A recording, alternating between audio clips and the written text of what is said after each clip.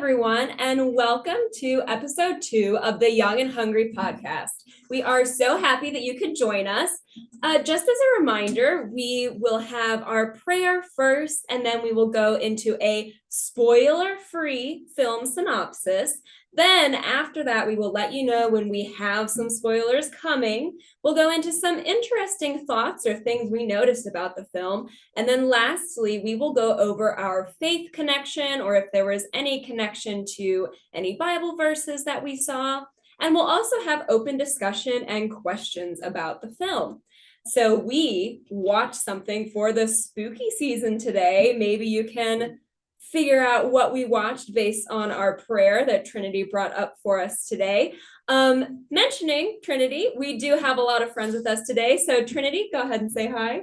Hi. We have Annika. Hello. Jenna. Hi. Colin. Hi. Cora. Hi. Liz. Hi. And Aiden. Hola.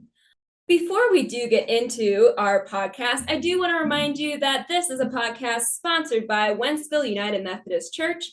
We are the youth group here at Wentzville United Methodist, and some fun events that we have coming up. November 20th, we're actually decorating our church for Christmas from 12 to 2. So if you want to join us for that, we would love to see you. And we will have Travelin' Tom's coffee truck coming from 1 to 2.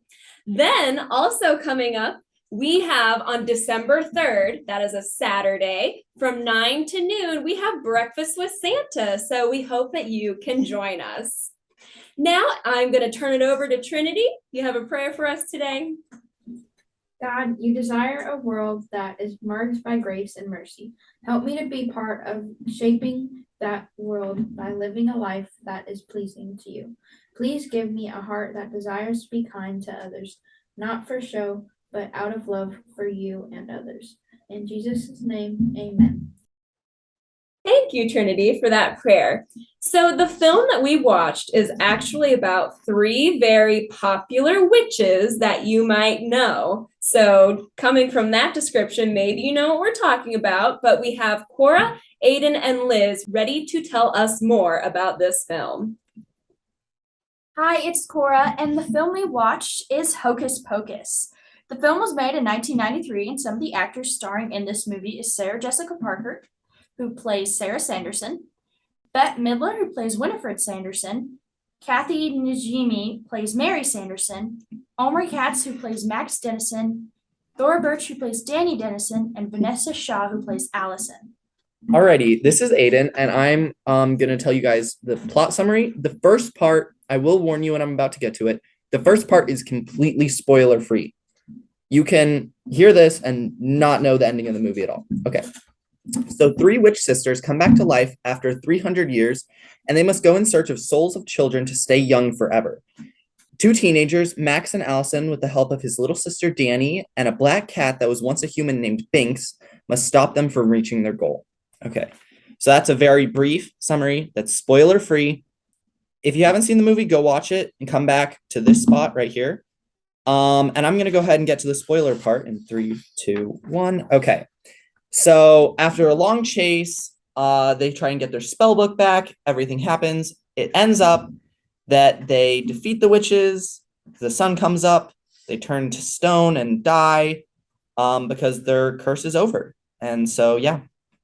So Liz, you have some fun facts for us? Oh, I do. These are some very interesting fun facts for you. So for one, popular person who's known to not date anyone over 25, Leonardo DiCaprio, was originally going to be Max, but unfortunately turned it down. We don't know the reasons why. And then another fun fact was the film wasn't even released in October. It was apparently released in July 16th. Why make a Halloween movie for the summer? Kind of weird. But the story originally, this is the most weirdest fun fact, but the story originally started out as a bedtime story. I don't know if that's completely true, but, we're going with it. Yeah, that is pretty cool. Maybe it was made in the summer. I know that summer blockbusters are big, so maybe that was, yes, Cora. The release date actually was July 16th, 1993. Gotcha. All right. Awesome. Going over to Annika, what were some interesting things that you found while watching the film? So on a scale of 1 to 5, I would give this movie 100 out of 5 because it's amazing. Easily one of my favorite Halloween movies of all time. So I would definitely give it a 100 out of 5. I would recommend this movie to literally anyone, whether you're 5 years old and you can't speak or you're 95 years old and you can't speak. I would recommend watching this movie and you will absolutely love it. Like, it is such a good movie. Other things I noticed were like how amazing the Sanderson sisters are. Also Danny, she's such a smart mouth. Like, it's hilarious. The comedy, 10 out of 10, amazing. Thank you for those thoughts, Annika. Jenna, I'm actually going to turn it to you. Do you have a faith connection for us in this movie? In fact, I do. One thing that I saw in particular was that just like Jesus, the Sanderson sisters came back, even though it was a completely different motive in that case. I also think that this is an important movie for people to watch because it's family friendly, but it also has a Halloween twist as well. Some Bible verses that I think go with the theme of this film is the Easter story and when Jesus talks to the children. Oh, perfect. Yes, children are a big aspect of this movie, just for the witches in general and for the audience. So I have some fun questions to open up discussion about this film. The first one that I'd like to ask you all are, do you think any mythological creatures are real? So, for example, vampires, werewolves, or witches like we watched in the film. Annika has a thought. I think they're all real. They're just hidden. And witches, especially like in this movie, I think they do eat children. So, Colin. I think like for some people and for some creatures, it depends. It also depends on like what you believe in. That's true. That's true. Any other thoughts? Cora. I say, why not? Yeah, that's a good one. Believe what you want to believe. I mean, why not? I mean, maybe there's a galaxy where there is witches and stuff like that, you know? I mean, we're in one Milky Way out of who knows how many. Yeah. Why There's not? only one Milky Way. That's true. Have a planet with all mythological creatures. Oh, yeah. So, one question I thought of as I was watching the film with you is, why do you think this is such a Halloween classic? Why is it a movie that is always thought of during Halloween time? Liz? I always think of this movie as a Halloween time because for me, it brings back memories of me and my mom sitting on the couch, snuggling up together, wanting to watch some fun Halloween movies that aren't like, Michael Myers or Jason. So I always have a good memory of it. I always think of something happy about it. And I always think, oh, Hocus Pocus, Halloween. Yeah, absolutely. I think that goes back to what I was saying earlier with there isn't too many family-friendly Halloween movies that everybody can sit around and watch, and this is one of the better, if not one of the best ones. Any other thoughts on that? Annika? because it's been around for a really long time and just about everybody you'll meet knows about it. So it's like, oh, you want to come over to my house and watch Hocus Pocus? Yeah, I love that movie. It's just like something everybody knows about and everybody can relate to, probably some sort of Halloween family memory. And it's just, yes, I love the movie. Cora? Something about it, it's so perfect. It has the right amount of, sometimes there's a couple adult jokes in there, but there's also child-friendly aspects all throughout the movie. It also was a flop at first. The movie totally failed until a certain point when more people discovered it. And then I think it just kind of spread like wildfire and people actually discovered the movie. And it's just the perfect mix of everything.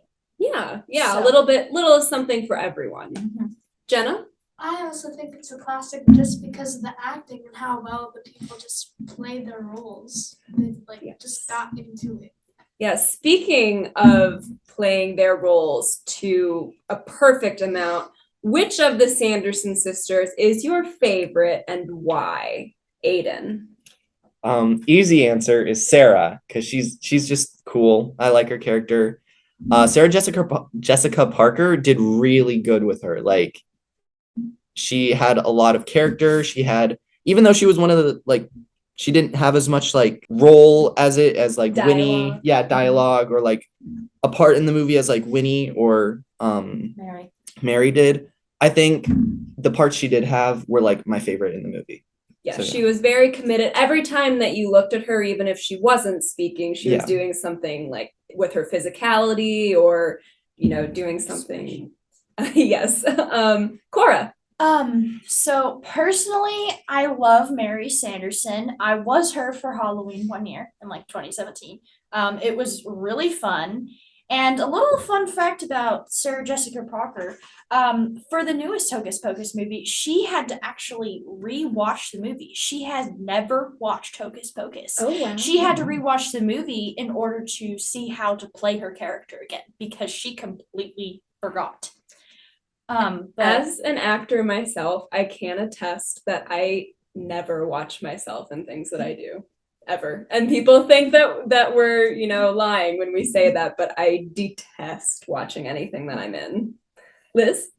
My favorite character and the best character overall, in my opinion, is Winifred. Great. Yes. She has the best acting. She has the best costume. Bette Midler executed that role perfectly. She had great facial features. She had a good voice for Winifred. Even her singing, that was amazing. I absolutely loved the song I Put a Spell on You. I put that in my playlist 100%. Absolutely. So we have one more thought, Aiden. I was just thinking about this when Liz said it. All of the characters, like, they each have their own, like, specific thing that you think of when you think of them. Like, when you think of Winnie, you think of, like, the teeth, or, like, with Mary, you think of, like, The like, vacuum cleaner. yeah, the vacuum cleaner, or just, like, they all have little things that make them their character, and that was really cool. Yeah, that's the start of great character writing with the screenplay. So a big theme of the film, the Sanderson sisters are on a quest to live forever. Would you want to live forever? This is a question that comes up a lot in fantasy films or books. What do you think the drawbacks or the pros of it would be? Annika. Immediately, yes, I would love to live forever. Drawbacks, everybody you know would eventually die around you. But pros, you'd still be alive. So, I don't see how there's a downside to that. Okay. Aiden, did you have thoughts? Yeah. Again, like Annika said, you would live forever. You would see everyone you've ever loved die, and you would be like the last one standing. But you could make like new people be you can make new friends. Like, it's not the people you know now, like in 100 years you would know new people, so it would be a downfall, yes, but you would live forever. You'd also see the end of humanity, which would be sad. That would maybe be a drawback. Yeah. Liz?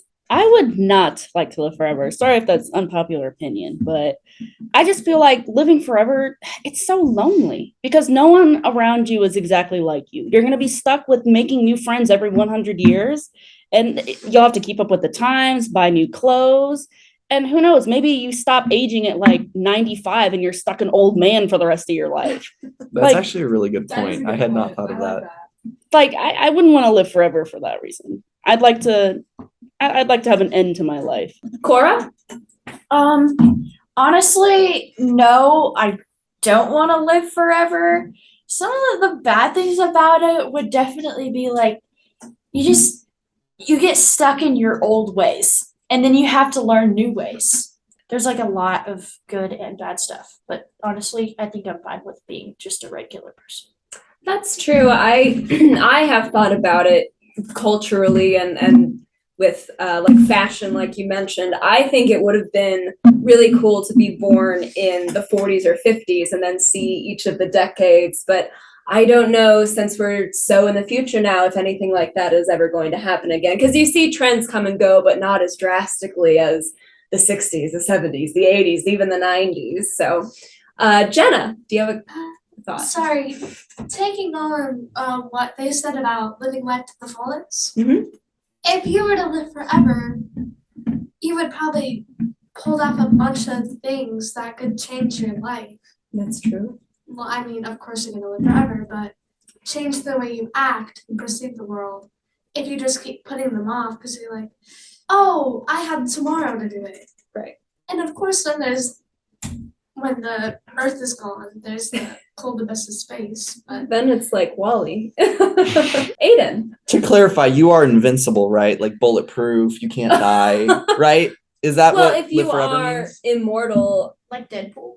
That's what I was thinking. Well, he self-heals. That's a different But thing. you can't Yeah. die. In the any- movie, the kids do attempt to put them in a kiln in the high school, and they Spoilers, Oh, spoilers. that's true. they don't die. they don't die. So unless it's like the curse that keeps them unless alive. it's the curse. Okay, so you are invincible.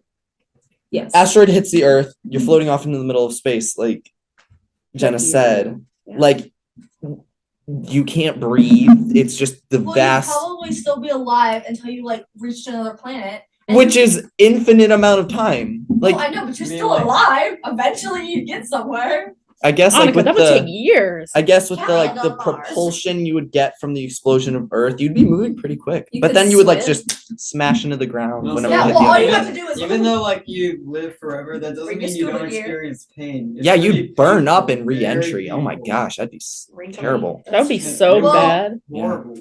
Okay. We live Yeah. in agony forever. Considering it would be a situation like we see one of the characters, Bingson, we saw how sad he was and how lonely he was, even though he had all this time. So considering the fact that as time goes on, we would get more and more detached, like we see Binks, it would most likely just not be good. And then I think at that point, you're not living your life to the fullest, like we said. Mhm. So, speaking of Thackeray, I had the thought as I was watching the movie that this cat was specifically trained, for the movie. And I just was wondering, how difficult do you think it is to train cats for movies? Because dogs are trained all the time, but you don't see very many movies with cats as like a main character, especially ones that are speaking or like need to do specific things. Aiden. All right, so obviously, he wasn't actually talking, which it's amazing CGI for 1993. Like yes. Yeah. mind blowing for 1993. Not as great for 2022, but still, it's pretty good. Yeah.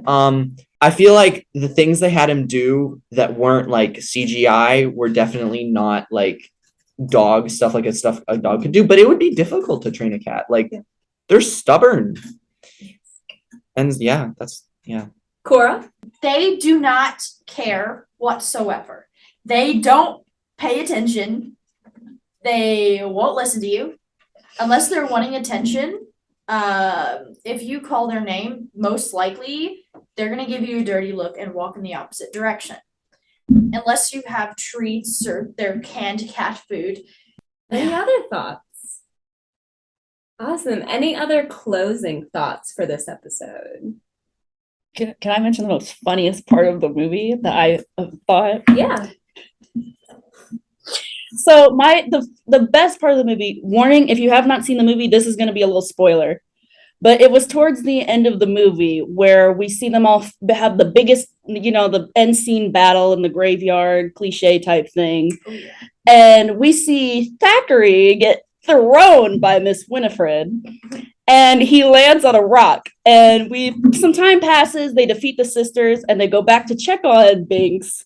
And he is just there, flat as a rug in a bathroom. it was literally like a rug taxidermy cat that they had, absolutely deflated. He was a pancake. And then like Danny is like hugging him, and it's It's just flat. nothing's there, and it's like, oh my god. Well, we're still on the point of Thackeray. Can we just admit how hard it is to not laugh while saying his name? Yeah, his Like name. it's not Zachary. Zachary with a Z. Thackeray. It's Thackeray I with a literally, TH. I thought it was Zachary for so long. I did too. I really I learned was this fooled. year. I was bamboozled. learned this Absolutely year. I was flabbergasted. This years old when I learned it was Thackeray, not Zachary. My sister told me. It's just so. It's the funniest name. It really It's is. just so obscure. Yeah, I've never met anyone other than like this character named Thackeray. Fact. Yes. Fact. He also looked like the Walmart edition of Leonardo DiCaprio. He does. We said that at the beginning. That's called the poor man's Leonardo DiCaprio. Yeah, yeah. Poor Walmart man's edition. Johnny Depp. He was Oh like, no, Target. He's the Yeah. Target edition. yeah, because he's not very like aesthetic. he's not Walmart, but he's Target. Yeah, Target is Yeah, better. Tar- Target's a step above Walmart. Yeah, It we is. don't. I mean, oh my gosh, the jorts. The jorts. The jorts, yeah. Okay, he's not one of those people. He's a Target kind of guy. He is. No He's a I little think bit he's Definitely more- uses We the up love and up Walmart, brand, but you he's know. Oh, yeah, definitely a for Target kind of guy. Very Great. well dressed. Any other closing thoughts? friends? 76. 10 out of 10. Recommend. 10 out of 5. 100 out of 5. Yes, Yeah. if you haven't seen this movie, please go watch it. It's incredible. It's a Halloween classic. So we are going to go ahead and wrap up today. If you or someone you know is interested in Wentzville United Methodist Church or our youth group, you can get more information by emailing cmiller@livelovegrow.org. We would love to see you at our services or in our youth group. And you can always find us on YouTube at the Young and Hungry Podcast. Thank you for joining us today. And remember, Stay hungry! Yeah.